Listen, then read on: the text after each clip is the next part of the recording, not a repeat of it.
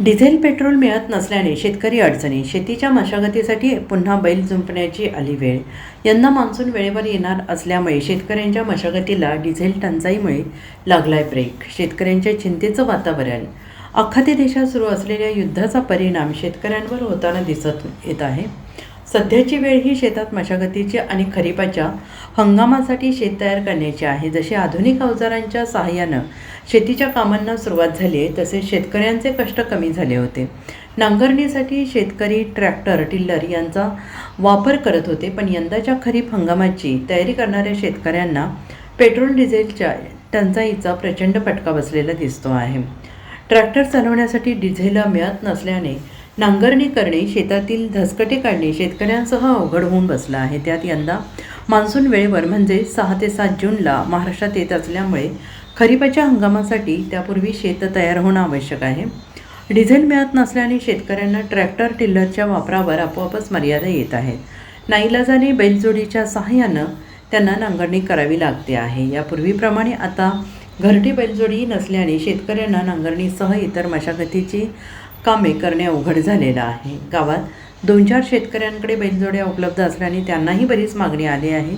शेतकऱ्यांना आता पुन्हा शेतीच्या कामासाठी बैलांवर अवलंबून राहावे लागत आहे आणि ही वेळ डिझेल आणि पेट्रोल टंचाईमुळे आलेली आहे। केंद्र सरकारच्या चुकीच्या धोरणामुळे शेतकऱ्यांना खरीप हंगामाच्या तोंडावरती फार मोठ्या अपयशाला किंवा त्यांच्या जीवनमरणाचा प्रश्नच उभा राहिलेला आहे। कारण आज बैल इतिहास जमा झालेली आहेत। यांत्रिकीकरणामुळं सर्व लोकांनी ट्रॅक्टर घेतलेले आहेत आणि आज डिझेल आणि पेट्रोलच्या तुटवड्यामुळे खरीप हंगामाची मशागत करायला शेतकऱ्यांना अत्यंत अडचणी किंवा मशागतच करता येईना झाल्या।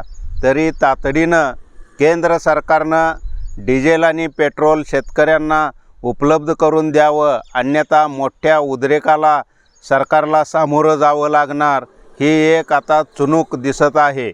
पेट्रोल पंपावर डिझेल मिळेना झालं आहे आणि त्याचा थेट फटका आम्हाला शेतकरी बांधवाला मिळाला आहे। कारण आता जर मान्सून वेळेत दाखल होणार आहे आणि मान्सून वेळेत दाखल होण्यामुळे शेतकऱ्याची रानातील कामं ही लगबग चालू आहे आणि आज आम्ही जे आमच्या शेतामध्ये काम चालू आहे त्या ठिकाणी आमची भरणी चालू आहे आणि भरणी चालू असताना ही खरी आम्ही पॉवर टिलरनं भरणी करतो आहे, परंतु डिझेल मिळत नसल्यामुळे आज आम्हाला बैलजोडीचा वापर करायला लागला आहे। आणि जर आम्ही डिझेल आणायला पंपावरती गेलो दुसऱ्या कुठल्या, तर त्या ठिकाणी आम्हाला 500 रुपयेचं डिझेल दिलं जातं आणि 500 रुपयेचं डिझेलचा हिशोब केला तर यायला जायला ट्रॅक्टरला आम्हाला जवळजवळ त्यातलं 2-2.5 लिटर रुपयाचं डिझेल जाते। कारण एका ट्रॅक्टरचं ॲव्हरेज 6 ते 7 किलोमीटर पडते, म्हणजे रानातनं येऊन रानात जाऊपर्यंत ते डिझेल संपतं आहे आणि त्यामुळे मशागत आता पूर्ण ठप्प व्हायला लागल्या आणि ग्रामीण भागातले हे डिझेल पेट्रोलचे पंप आहेत हे आता बंद पडलेत। जर शेतीच नाही पिकली तर शेतकरी पिकवलीच नाही तर खाणार काय? शेतकरी तर अडचणीत आलेलाच आहे आणि त्याचबरोबर शेती न पिकल्यामुळं भाजीपाला असेल, गहू असेल,